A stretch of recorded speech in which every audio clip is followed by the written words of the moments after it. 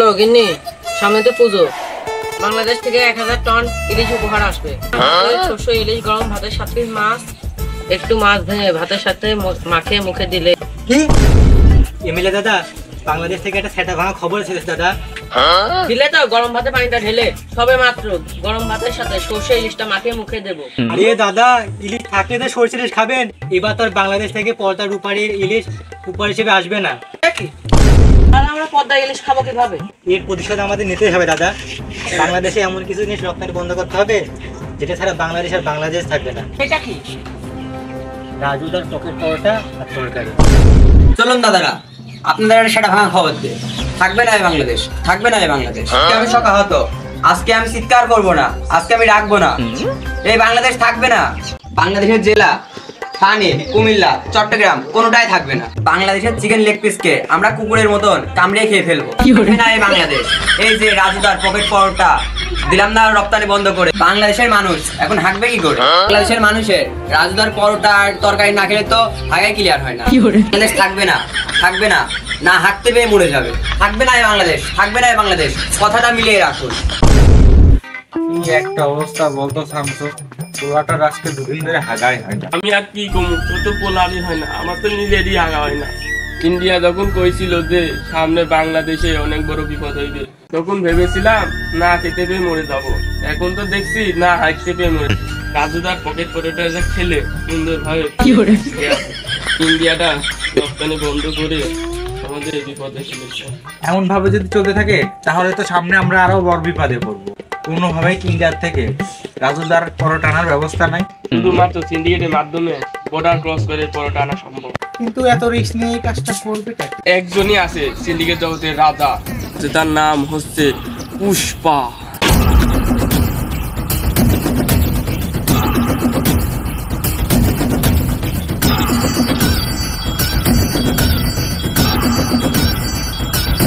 কিরে পুষ্পা, তুই কাজ বাদ দেখেন পায়ের উপর পাতলে বসে আছিস কেন?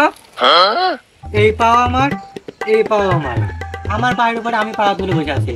কার বাপের কি? পুষ্পা এখন আর আগের পুষ্পা নাই। পুষ্পা এখন হয়ে গেছে সিন্ডিকেট জগতের বাচ্চা।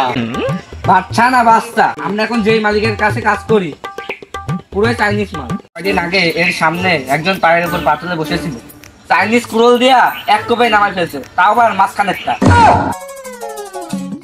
আরে পুষ্পা ভাও, আপনি পা নামালেন কেন? আপনার এই অ্যাটিটিউড দেখে তো আমি আপনার সাথে আসছিলাম। আরে বেটা, পাওয়া যদি না থাকে তাহলে উঠাবো কি? আবার মাঝখানে একটা। ওই পুষ্পা, তোর জন্য একটা ডিল আছে। সিন্ডিকেট জগতে তোর মতো আরেকটা গাল কাটা শামসুর আছে। এই পুষ্পা নিজে ছাড়া অন্য কারোর সাথে কাজ করবে না, কারণ পুষ্পা ঝুঁকে গানে। 50 লাখ টাকার ডিল ছিল, অন্য কাউকে দিয়ে দেই। কিরে যেতেছে নাকি?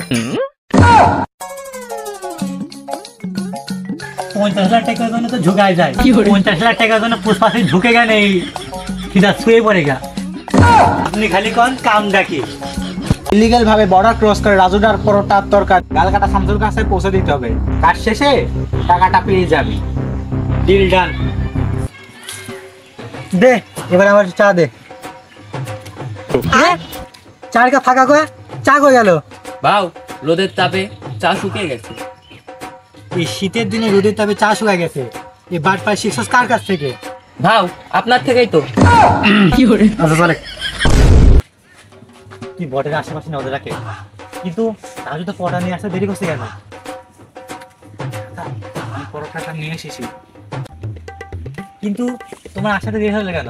আর আমরা কি করে বুঝবো যে তুমি আসে? রাজুদা প্রমাণ দাও। দাদা। এক প্লেটে 3টে বাসি পরোটা, সাথে আনলিমিটেড পচা তরকারি, একটা সেদ্ধ ডিম, একটা পেঁয়াজ আর একটা কাঁচা লঙ্কা। দাদা মাত্র 40 টাকা, যাতে করে ট্রেনের টিকিটও হয় না। তাইলে শুনে বোঝা যাচ্ছে তাই আসবে রাজুদা। কিন্তু দাদা, তোমার পরোটা নাকি 30 টাকা ছিল, তুমি হঠাৎ করে 40 টাকা করছে কেন? আরে দাদা, 30 টাকা তো শুধু পরোটার দাম, আর এক্সট্রা 10 টাকা নেই কিছু সস্তা ফুড ব্লগার ভিডিও করে তাদের জন্য এই 10 টাকা। দাদা আমরা কোনো ভিডিও টিডিও করবো না, আমাদের থেকে 30 টাকা করে রাখতে হবে। তা দাদা, ইন্ডিয়াতে তো বাংলাদেশের লোকজন বন্ধ হয়ে গেছে, তোমাদের ব্যবসা কেমন চলছে? আর বলো না দাদা, ব্যবসার পুরো বেতন মারা যাবে। আর দাদা তোমাদের কি অবস্থা? আমাদের অবস্থা খুব একটা ভালো না। বাংলাদেশে তোমার পড়াটা বন্ধ হয়, আমাদের আর হাগা ক্লিয়ার হচ্ছে না, তাই একটু পড়া নিতে আসছে, কে একটু ক্লিয়ার হবো দাদা। টাকা। আরে দাদা আমার টাকাটা। বাসায় গিয়ে বিকাশ করে পাঠিয়ে দিচ্ছি দাদা। আচ্ছা ঠিক আছে। আরে বাড়া এটা কি হলো? ইন্ডিয়াতে তো বিকাশই নাই, খানকির ছেলেরা আবার আমাকে বোকা বানিয়ে চলে গেল। দূর বাড়া, আর ব্যবসাই করবো না। ভাও সামনে তো হচ্ছে সিভিল ড্রেসেস পুলিশ চেকিং দিচ্ছে, এখন এখান থেকে যাওয়ার উপায় কি? এই জন্য একটা বুদ্ধি আমার কাছে আছে, আমরা ভিকায় সাজবো, তাহলে আর আমাদের উপর সন্দেহ করার একদমই চান্স নাই, একদম সোজা বের হয়ে যাবো। ভাও ভিখারির সাথে দরকারই তো নাই, আপনাকে দেখে তো ভিখারির মতন লাগে। ভিকারের পাশাপাশি আমরা প্রতিবন্ধী সাজবো, তাহলে আর সন্দেহ করার একদমই চান্স নাই। ভাও আপনার প্রতিবন্ধী সাজারও দরকার নাই, আপনার এক ঘাড় উঁচু দেখে আপনাকে প্রতিবন্ধীর মতনই লাগে। তাইলে এখন আর মাত্র একটা কাজ করাই বাকি আছে। সেটা কি ভাও? আম্মা দে বাবা, আম্মা দে বাবা। এই দাঁড়া, কি তোরা? আর কোথায় যাস? ইট ভাঙতে গিয়ে হাতে পড়ে গেছে ফুচকা, নাম আমার পুষ্পা। বুঝছে বেগাড়ি তোরা। এই বেগাড়ি গুলাকে ছেড়ে দে, আর তোরা এই পিছন রাস্তা দিয়ে ঘুরে যা। এই সোজা রাস্তা ছেড়ে পুষ্পা পিছনের রাস্তা দিয়ে যাবে না, কারণ পুষ্পা ঝুঁকে গা নেই। এই চুল পাকনামিটা করার কি দরকার ছিল ভাও? সোজা যেতে দেখছিল, আমরা যেতাম গা। পুষ্পা ঝুঁকে গা নেই। পুষ্পা ঝোঁকে নাই, ডাইরেক্ট উঠবস করছে। এই নমস্কার, নমস্কার। গাড়ি থামছো, এই না তোমার মাল, চেক জানাও। রাউদাসায় নষ্ট পরোটা জানে উলো আসছে। তাহলে তুই পুষ্পা, অনেক শুনেছি তোর। শোনারই কথা, কারণ আমি নামই এমন বানাইছি। তা কি সমস্যা আমার নামে? আগে তো চুরি বাটপারি করতিস, কোন সিন্ডিকেট চালাস? গাল থামবে, তোমাদের পেচার পাও না, তোমার নামও কম শুনিনি। চুল কাটতে গিয়ে মানুষের গাল কাটে ফেলাইছিলে, তাই মানুষ তোমার নাম থেকে গাল কাটে থামছো। চুল কাটতে গিয়ে গাল কাটে ফেলে, আমার বেশি পেছাল পারে। পুষ্পা বেশি দৌড়ে দরকার নাই, আমরা কাদের কোথায় আছি। এই পরোটার এখন বাংলাদেশে অনেক চাহিদা, এই পরোটা সাপ্লাই দিতে হবে পুরো বাংলাদেশে। তাই আয় আমরা দুজন হাত মিলাই, দুজন মিলে অনেক টাকা কামাতে হবে। পুষ্পা নিজের ছাড়া অন্য কারো কাজ করে না, কারণ পুষ্পা ঝুঁকে গা নেই।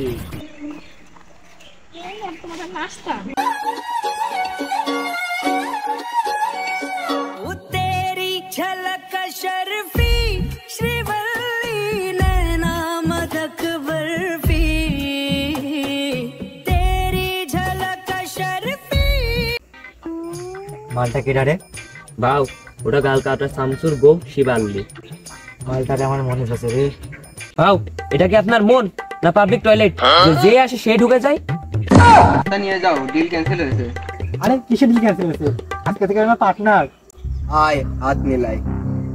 আচ্ছা তুমি ওরে পেমেন্টটা দিয়ে দিও, আমি তোমার বাসা থেকে নাস্তা করে আসি। ভাই নাস্তা তো আপনার কাছে, পুষ্পা কেন এদিকে গেল? আরে এই শিবাল্লি, এই পুষ্পা কার সামনে ঝোঁকে না, কিন্তু এই প্রথমবার পুষ্পা তোর জন্য তোর জামাইয়ের সামনে ঝুঁকছে। কানে পুষ্পা তোর লাগে শুধু ঝুঁকে গা নেই, সিধা ছুঁয়ে পড়ে গা। আমি তোমাকে প্রথমে দেখে বুঝেছি তোমার সোয়াই চিন্তা, আমি প্রথমে দেখে বুঝেছি তুই পাকা উচ্চা। আসলে বিষয়টা এমন না, তোমার আমি পছন্দ করেছি, আমি তোমারে ভালোবাসি, তোমাকে আমার রানী বানাতে চাই। তুমি আমার রানী হলে রোজ তুমি রাজুদার বাসি পরোটা আর নষ্ট তরকারি খেতে পারবে। লাগবে না, আমি শুধু আমাকে রোজ রান রুটি আর পোড়া মুরগি খাবাই।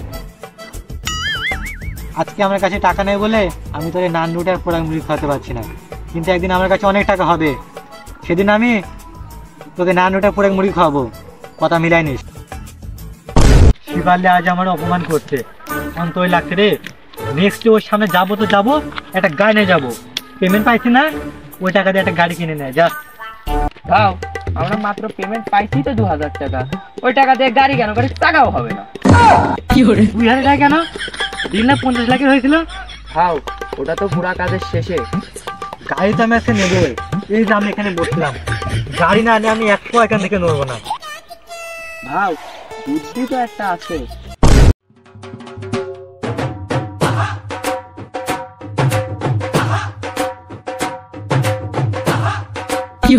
সাইকেলটা কিন্তু ভালো কথা, তাই একটু কষ্ট করে পেডেলে ছাড়লে তো তোরা তো কষ্ট করে ঠেলা লাগে না।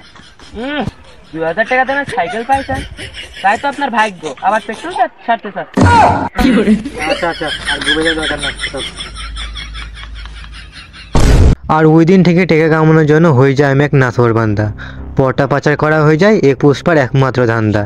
শুনে এনো কাকা কাকি, পুষ্পা হয়ে যায় এক্সপার্ট, পুলিশদের চোখ দিতে ফাঁকি।